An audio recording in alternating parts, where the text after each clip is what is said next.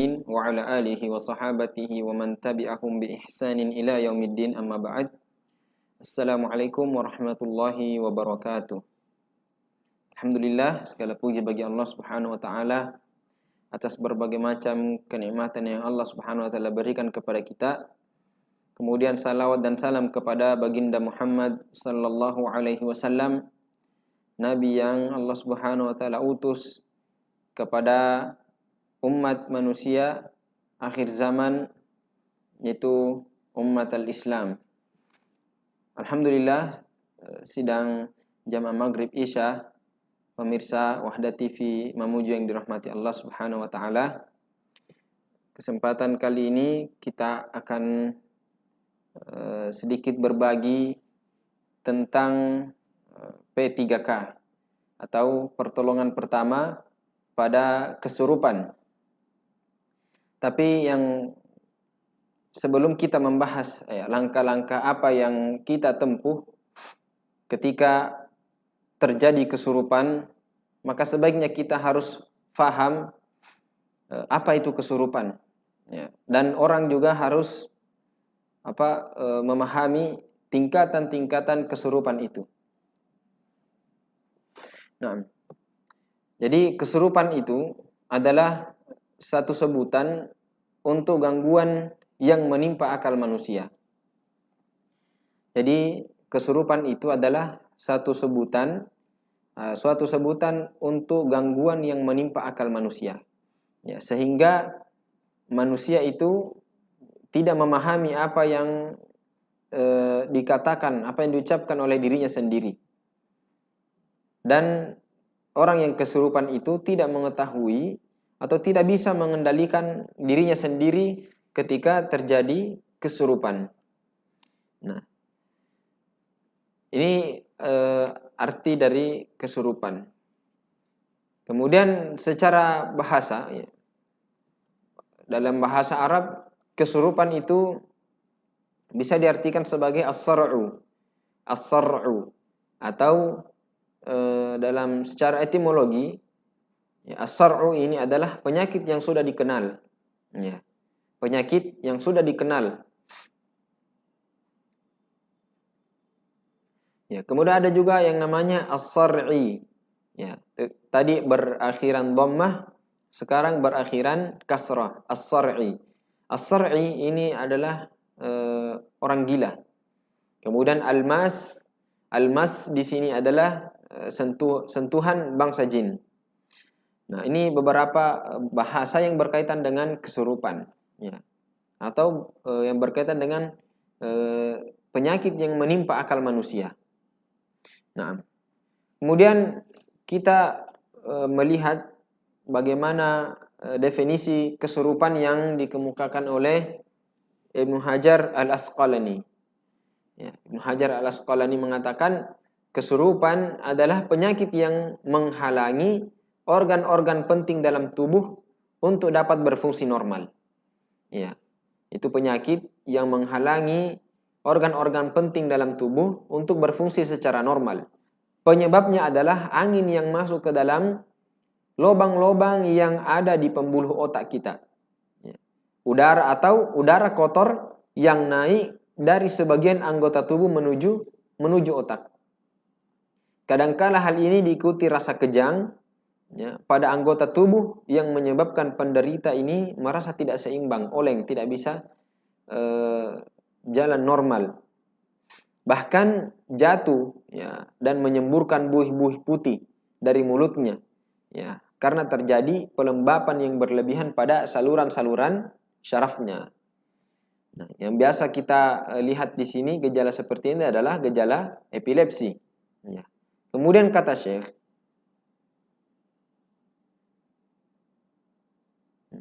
wa qad yakunu as-sar'u minal jinni. Ya, akan tetapi gangguan seperti ini, ya, gangguan yang dikatakan, yang dimaksudkan tadi oleh Syekh ini adalah bisa juga disebabkan oleh bangsa jin. Ya. Wala yaqa illa min nafs al-khabithah minhum. Ya, dan gangguan seperti ini ya tidak akan menimpa, atau gangguan seperti ini akan menimpa. Dia akan menimpa orang yang berhati buruk, dan keji. Ya. Orang yang berhati buruk dan keji.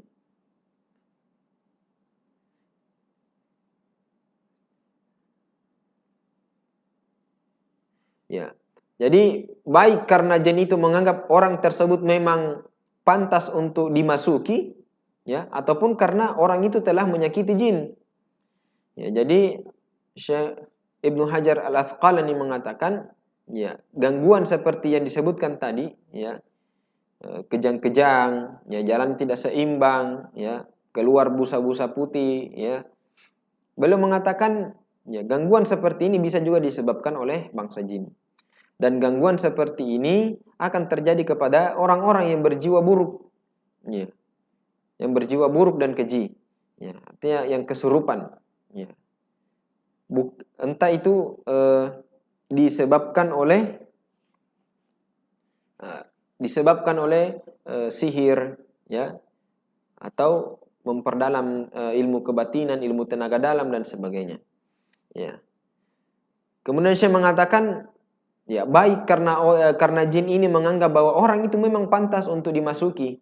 Ya, kenapa pantas? Karena orang tersebut memanggil-manggil, ya, jin itu untuk masuk ke dalam tubuhnya. Atau orang tersebut telah membuka portal untuk jin itu supaya masuk ke dalam tubuh orang tersebut. Ya, maupun karena orang itu telah menyakiti jin. Ya, berapa banyak jin yang masuk ke tubuh seseorang disebabkan karena dendam.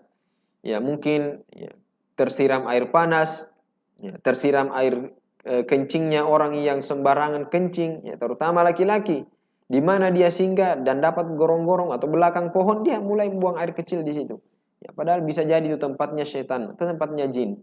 Ya. Kemudian, ya, melempar sembarangan dan sebagainya tanpa membaca bismillah. Maka ini kesurupan. Nah, tingkatan-tingkatan kesurupan itu, ya, Syekh Wahid Abdul Salam Bali, ya, membagi empat tingkatan-tingkatan kesurupan itu. Ya. Yang pertama kata Syekh, ya, kesurupan total, ya, kesurupan total. Ini bisa dilihat di dalam kitab beliau Wiqayatul Insan Minal Jinni Wasyaitan. Ya. Beliau menyebutkan ada 4 macam atau model kesurupan. Yang pertama kesurupan total atau kesurupan kulli, yaitu gangguan jin yang menguasai seluruh tubuhnya. Ya, seluruh tubuh dikuasai oleh jin, ya, mulai dari kepala, tangan, kaki, semua gerakan tubuhnya dikuasai oleh jin.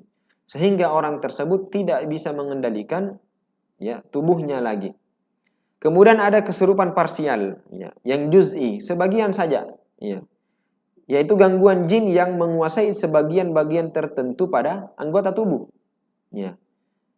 Misalnya jinnya hanya menguasai kakinya saja, ya, dibuat lumpuh, ya, atau dibuat berat, ya, dibuat suka nendang, ya, ketika diruqyah, ya, atau mulutnya dibuat bisu mendadak, tidak bisa berbicara, ya, atau dibuat tidak bisa melihat secara mendadak, ya.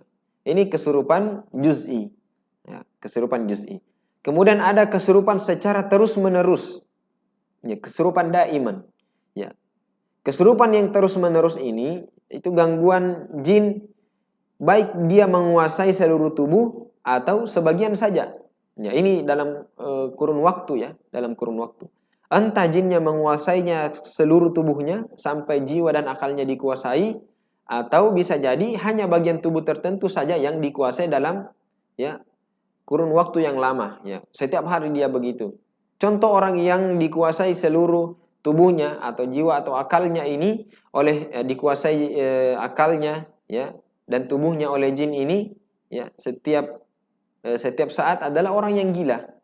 Ya, orang yang gila disebabkan bisa jadi, ya, ilmu kebatinannya sendiri atau gila karena disihir.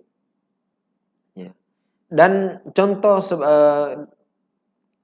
jin yang mengganggu atau yang menguasai bagian tubuh tertentu itu seperti orang yang lumpuh karena sihir, ya. Jadi orang yang lumpuh karena sihir itu bisa jadi masuk kategori dalam kesurupan daiman, kesurupan yang terus-menerus tetapi hanya bagian tertentunya. Kemudian ada jenis kesurupan tertentu, ya, di saat-saat tertentu. Misal di mungkin bulan purnama atau di bulan-bulan tertentu atau di malam-malam tertentu, ya. Ya ini kesurupan yang seperti ini mengikut pada edaran bintang, ya, orbit, ya, planet, bintang dan sebagainya. Nah, ini jenis-jenis kesurupan. Jadi kita perlu paham bahwa tidak semua kesurupan itu mesti orangnya hilang ingatan atau dia tidak sadar. Ada kalanya orang itu hanya merasakan reaksi di sebagian anggota tubuhnya. Nah, tetapi yang akan kita bahas di sini adalah kesurupan total. Kalau kesurupan total, bagaimana cara menanganinya? Ya, atau bisa juga bagaimana cara menangani orang-orang yang kesurupan biasa-biasa saja. Ya, kesurupan yang sebagian saja. Nah, ketika orang mulai kesurupan, perlu kita bedakan mana orang yang kesurupan, mana orang yang cuma histeris.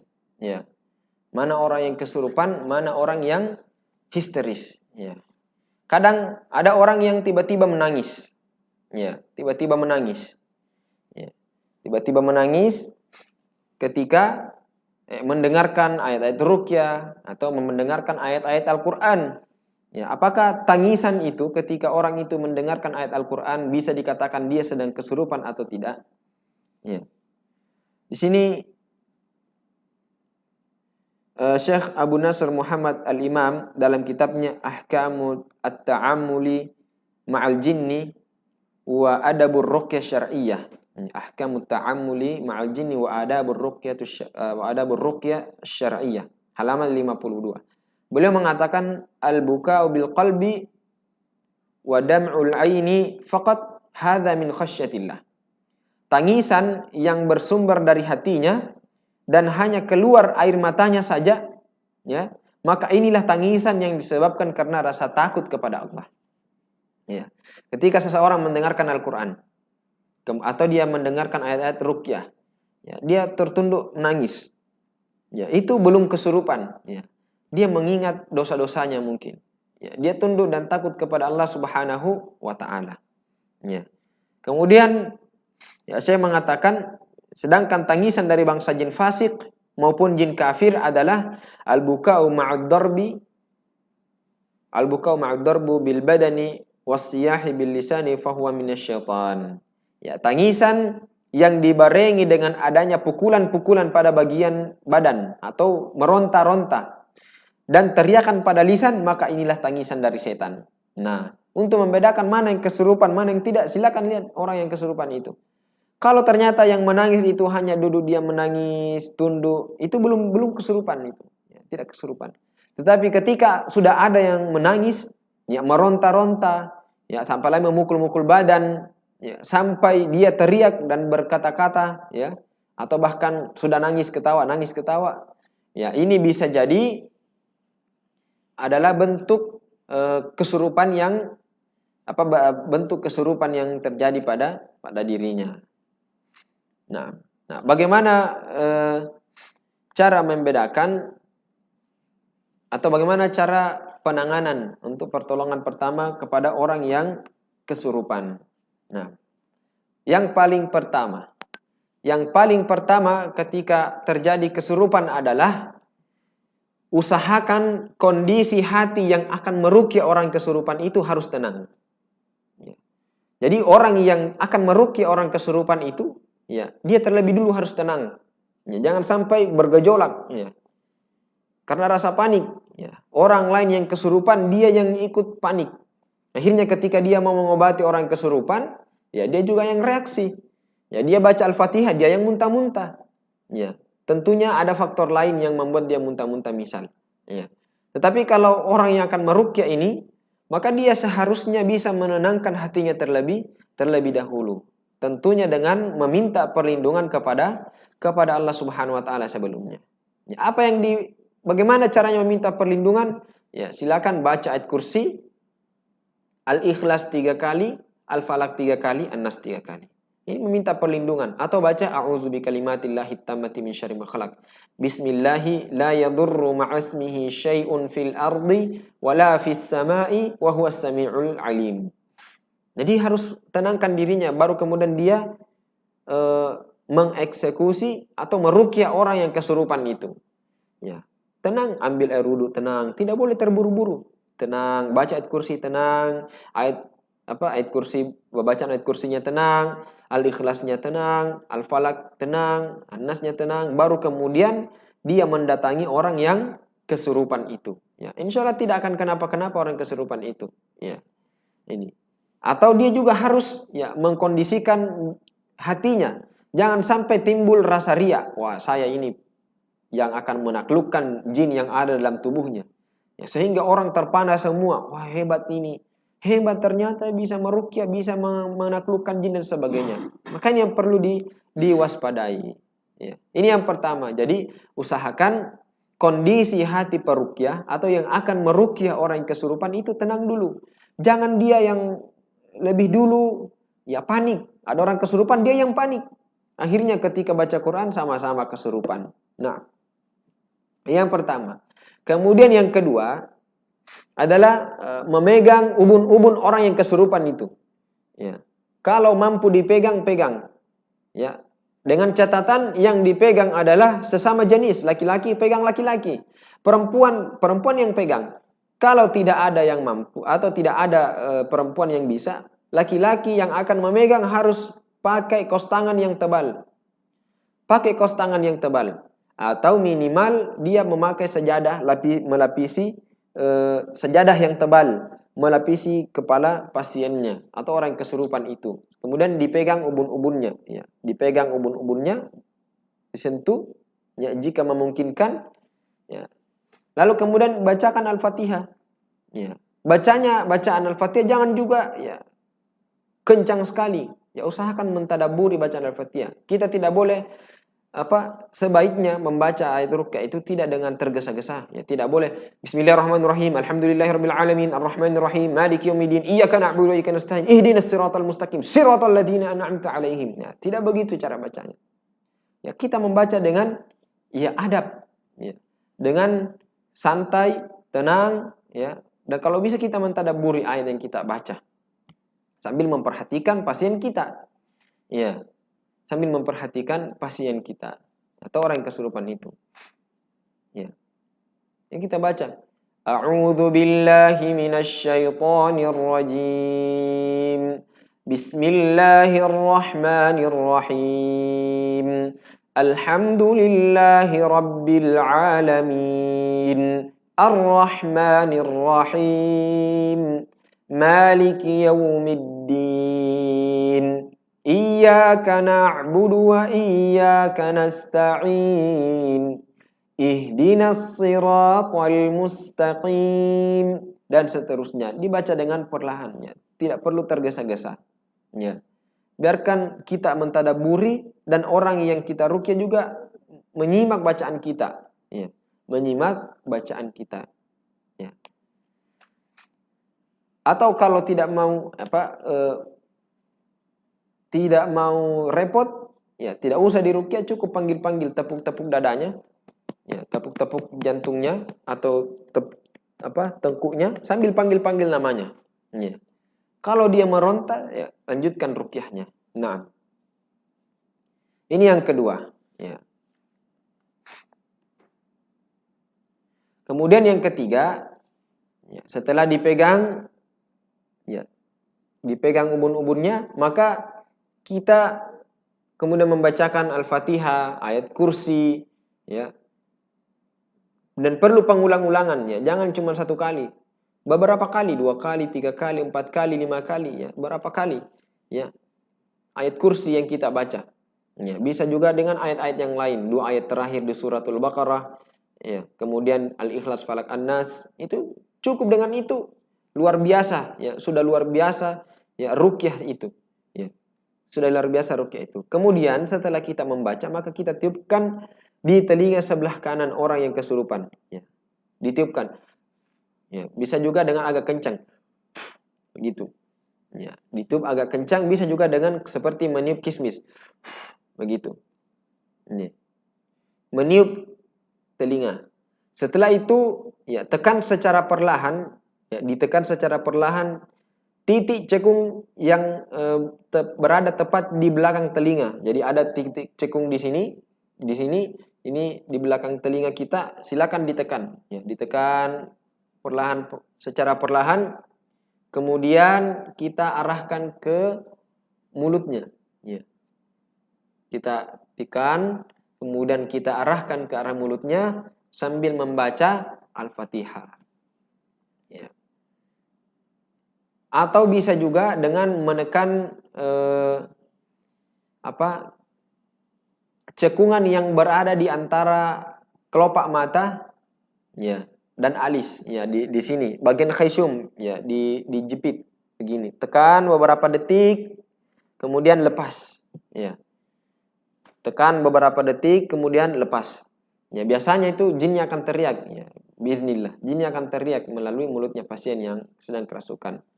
Ya, kalau sudah seperti itu, ya perintahkan jinnya untuk keluar, ya. Keluar atau tidak, ya, mau dibakar oleh Allah Subhanahu wa taala, ya. Ya. Ini yang ketiga. Kemudian yang keempat, ya, jika jinnya terlihat sudah keluar, maksudnya pasiennya ini sudah mulai agak sadar, ya, jangan percaya begitu saja, ya. Siapa tahu, ya, dia hanya tipu-tipu. Tapi coba fokus untuk ruqyah kembali, bacakan ayat ruqyah kembali, ya. Kemungkinan masih ada yang bersembunyi di daerah-daerah tubuh yang tertutup, ya. Misal di bagian ketiak, ya, di tulang rusuk, ya. Kemudian di pangkal paha, ya. Dan ini tidak boleh dilakukan, tidak boleh menyentuh bagian tubuh yang memang agak sensitif, ya, tidak boleh disentuh, ya.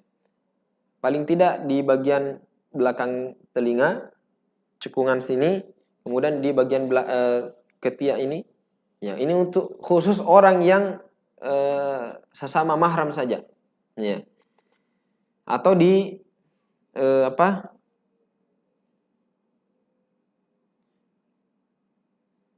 Ya, di lipatan lutut. Ya, di lipatan lutut. Ya. Atau bisa juga dengan menekan kuat di jari manis kaki beberapa saat, ya, ditekan, tapi jangan pakai emosi, jangan digeprek begitu. Ditekan saja di jari kaki, jari manis, ya. Ditekan beberapa saja. Ya. Adapun kalau bagian yang tidak bisa disentuh, cukup dengan mengisyaratkan telunjuk kita sambil membaca ayat kursi. Allahu la ilaha illa huwal hayyul qayyum la ta'khudhuhu sinatun wa la nawm lahu ma fis samawati wa ma fil ard, dan seterusnya. Nah, kemudian kalau jinnya masih membandel, ya, teteskan habbatus sauda cair, ya. Minyak habbatus sauda ke hidungnya, ya, diteteskan minyak habbatus sauda ke hidungnya. Karena ini tempat bersembunyi jin juga. Dan ini bisa mempercepat memancing kesadaran orang yang kesurupan ini, ya. Lalu kemudian siapkan air, ya, air 1 baskom, kemudian ambil 7 helai daun bidara, kemudian ditumbuk halus, atau daun kelor, ya, sebanyak 1 genggaman orang dewasa. Kemudian ditumbuk halus, atau bisa juga dengan minyak wangi non alkohol, ya, minyak gaharu atau kasturi, ya. Dicampur di air, kemudian bacakan Al-Fatihah, ayat kursi, Al-Ikhlas 3 kali, Al-Falak 3 kali, An-Nas 3 kali, ya. Kalau mau tambah 2 ayat atau 3 ayat terakhir di suratul Baqarah, ya. Lillahi ma fis samawati wa ma fil ard wa in tubadu ma fi anfusikum aw tukhfuhu yuhasibukum bihillah, dan seterusnya. Kemudian setelah kita bacakan ayat ruqyahnya, ya, siramkan di ubun-ubunnya. Ya, siramkan di ubun-ubunnya, kemudian setelah itu siram ke sebelah kanannya. Sebelah kanan, baru kemudian ke sebelah kirinya. Ya. Nah, itu. Kalau kesurupan massal, ya, kalau ada kesurupan massal di sekolah, di kantor atau di pabrik, maka air ruqyah itu kita buat air ruqyah, masukkan ke dalam alat semprot, semprotkan ke orang yang kerasukan itu. Semprotkan saja. Dan setelah itu usahakan orang yang kesurupan itu dipisah-pisah, ya. Jangan justru dikumpul dalam satu ruangan, dipisah-pisah di ruangan, misalnya 3 orang di ruangan A, 3 orang di ruangan B, 3 orang di ruangan C, begitu. Jangan disatukan, ya. Kemudian masing-masing ruangan ada peruqyah yang meruqyah atau ada yang bisa meruqyah orang-orang tersebut. Nah, ini ya. Kalau kesurupan ini kesurupan biasa, ya, insya Allah cepat sadarnya, ya. Tapi misal, ya, kalau semuanya langkah-langkah yang kita sebutkan tadi telah kita lakukan dan masih juga, ya, jinnya membandel atau masih juga kesurupan, maka tanyakan kepada orang yang kesurupan itu, atau ketika dia sudah sadar nanti, atau temannya atau keluarganya, ada tidak jimat-jimat yang dia simpan, ya.